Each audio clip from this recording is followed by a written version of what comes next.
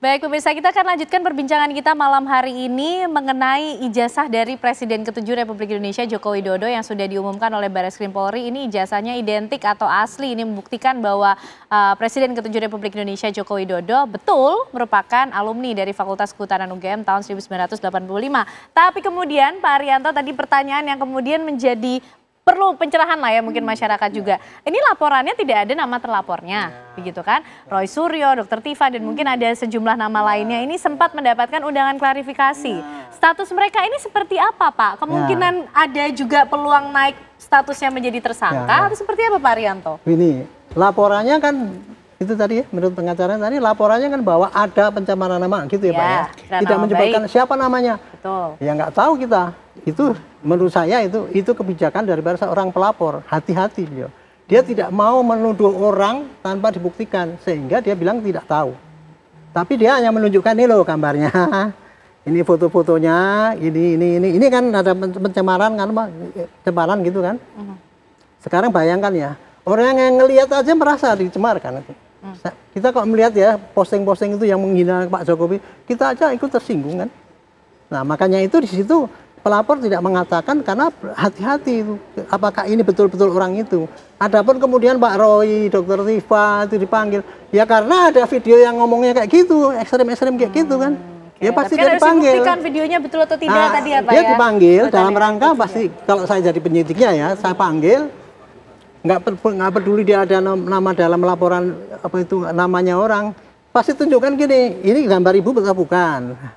Ibu terjadinya ini kira-kira benar apa enggak gitu. Video jadi asli ada ya video yang asli aja. Jadi kita nggak berangkat dari tanggal 16 ini. Pasti enggak gitu. Itu hanya untuk menentukan waktu pelaporan itu kapan ya. Dipilih waktu itu Pak Jokowi melihatnya di situ. Padahal sebelumnya kan sudah melihat juga, semua orang juga melihat. Karena kalau yang namanya pencemaran nama itu, pencemaran pakai itu tidak perlu yang bersangkutan dilihat kemudian baru ngelapor gitu kan. Dia orang-orang lain lihat pun sudah menjadi saksi bahwa itu kejadian sudah jadi kan. Jadi intinya gini loh, kalau yang namanya pencemaran ada laporan tidak ada namanya kemudian itu dipanggil itu bukan kriminalisasi. Itu satu jalan menuju ya, jalan menuju sebelum penyelidikan masuk ke penyidikan, hati-hati. Itu memang diatur kayak gitu kan gitu. Oke, baik. Mas Aziz, bukan kriminalisasi kok, karena memang kemudian prosedurnya seperti itu, dimintai klarifikasinya untuk kemudian mencari validasi betul tidak yang bersangkutan ini terlibat dalam barang bukti yang coba dihadirkan oleh pelapor. Gimana Mas Aziz? Iya, saya berkaca pada panggilannya. Panggilannya itu terkait dengan kejadian yang terjadi pada tanggal 26 ya waktu itu. Disebutkan, kemudian lokasi juga disebutkan di kantor Pak Egy Sujana gitu. Nah, kejadiannya ada semacam itulah, konferensi pers apa segala macam itu. Nah, makanya spesifiknya seperti itu. Lain kalau panggilannya tadi kejadiannya misalnya tidak tersebut lah di situ gitu. Itu sih jadi maksud saya panggilan kan ini baru sekali nih kemarin panggilan. Panggilannya seperti itu bunyinya. Makanya saya katakan tadi pihak klien kami menempuh langkah-langkah tadi karena melihat ini tidak sesuai dengan ketentuan yang memang harusnya panggilannya seperti apa, kemudian objeknya seperti apa. Ketidaksesuaian yang dirasakan seperti apa, Mas Aziz? Kan tadi saya katakan, dia tidak datang di acara itu.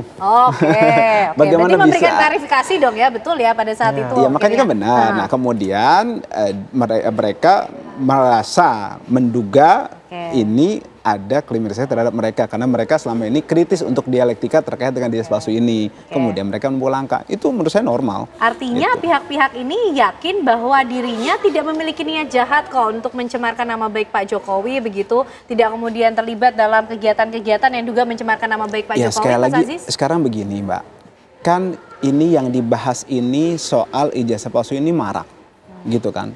Banyak semua di situ kan. Nah, mereka berdialektika membahas seperti itu. Ada yang pro dan kontra. Menurut saya ini di negara demokrasi hal yang wajar gitu kan. Jadi dan apalagi tokoh publik, kecuali kita gitu kan yang memang beliau kan tokoh publik, kemudian pejabat publik, kemudian dibahas, kemudian ada hal-hal yang memang harus menemui jalan seperti ini kan begitu kan. Nah, menurut saya ini hal yang menurut saya dalam iklim demokrasi harus diterima dengan lapang dada, dan saya juga menyimak Pak Jokowi juga bilang kita terima dikritik apa segala macam seperti itu, dan hal-hal yang memang menurut saya bagian dari demokrasi itu sendiri. Jadi menurut saya dialektika yang terjadi ini ya pro dan kontra gitu kan terkait dan itu kan hak ya. Adapun ketika tuduhannya itu tidak terbukti, ya apa dasarnya, kan begitu. Nah, tadi disampaikan, oh ternyata sekarang Mabes Polri menyatakan ini. Itu juga kan ada permasalahan baru lagi tadi Pak Arianto juga sudah mengatakan gitu kan, bahwa memang ini terlalu terburu-buru lah seperti itu. Itu sebenarnya yang mau saya katakan tadinya, tapi karena sudah disampaikan ya sudah gitu kan. Kemudian juga beberapa hal nanti dari tim akan ada secara resmi menyampaikan gitu. Saya nggak mau mendahului, tapi tentu saja. Apa substansi yang akan disampaikan Mas Aziz tapi paling tidak? Ya substansinya tentu saja kita akan berusaha semaksimal mungkin dari tim kuasa hukum untuk memberikan hal yang terbaik kepada klien kami terkait dengan proses ini. Nah, proses seperti apa kan kita tunggu gilirannya nanti. Nah, tadi strategi-strategi itu tentu saja sudah kita kontemplasi dulu sebelumnya. Seperti ini sebenarnya kita sudah menduga kan ada hal ini gitu kan. Tapi betul tadi kata Pak Arianto, memang kita nggak menduga secepat ini, dan juga polisi menemukannya di penyelidikan. Tertutup lagi kan gitu kan, meskipun tidak diatur di KUHP itu harus terbuka, tapi kan justru ada peluang terbuka.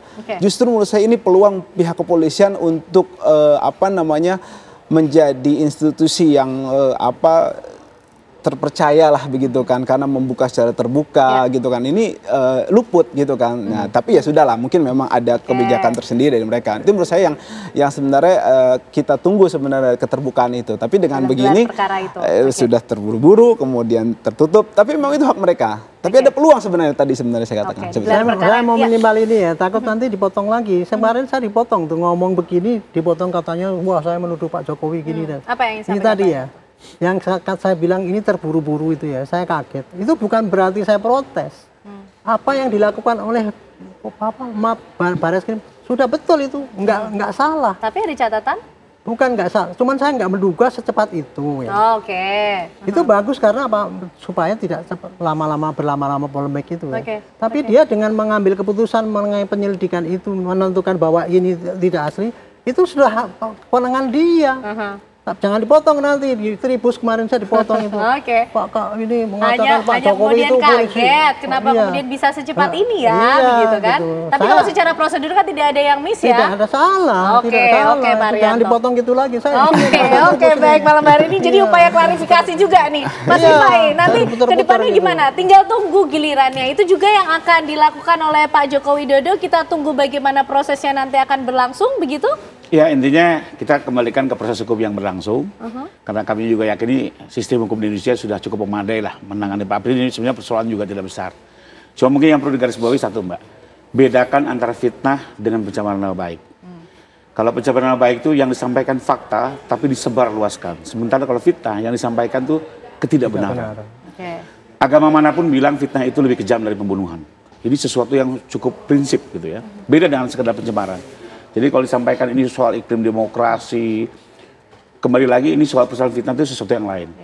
Kritik itu bicara kebenaran, tapi kalau fitnah itu sesuatu yang lain. Dan menurut saya ini juga perlu betul-betul diluruskan ya, juga untuk mengembalikan kehormatan atau martabat dari korban. Ini juga sesuatu yang penting. Bayangkan tadi seperti kita singgung ya, hampir ini kan sosial media itu dilihat dari banyak negara.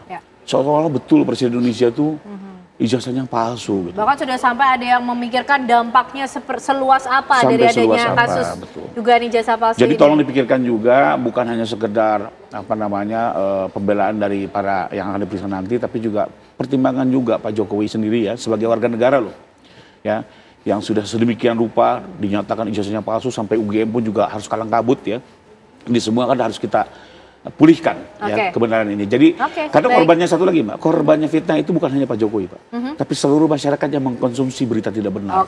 Jadi ini dampak korbannya kemana-mana gitu. Jadi menurut saya kalau Pak Jokowi lebih mengupayakan keadilan untuk mengembalikan nama baiknya karena persoalan fitnah, buat saya ini sesuatu yang perlu kita apresiasi. Mungkin satu persatu jawaban ini mulai hadir ya dari kasus dugaan ijazah palsu Pak Jokowi yang pasti sudah masuk ke ranah hukum. Kita tunggu nanti bagaimana prosesnya yang berlangsung. Terima kasih Pak Arianto, Mas Aziz, Mas Rifai malam hari ini sudah bergabung di Apa Kabar Indonesia Malam. Sehat selalu semuanya.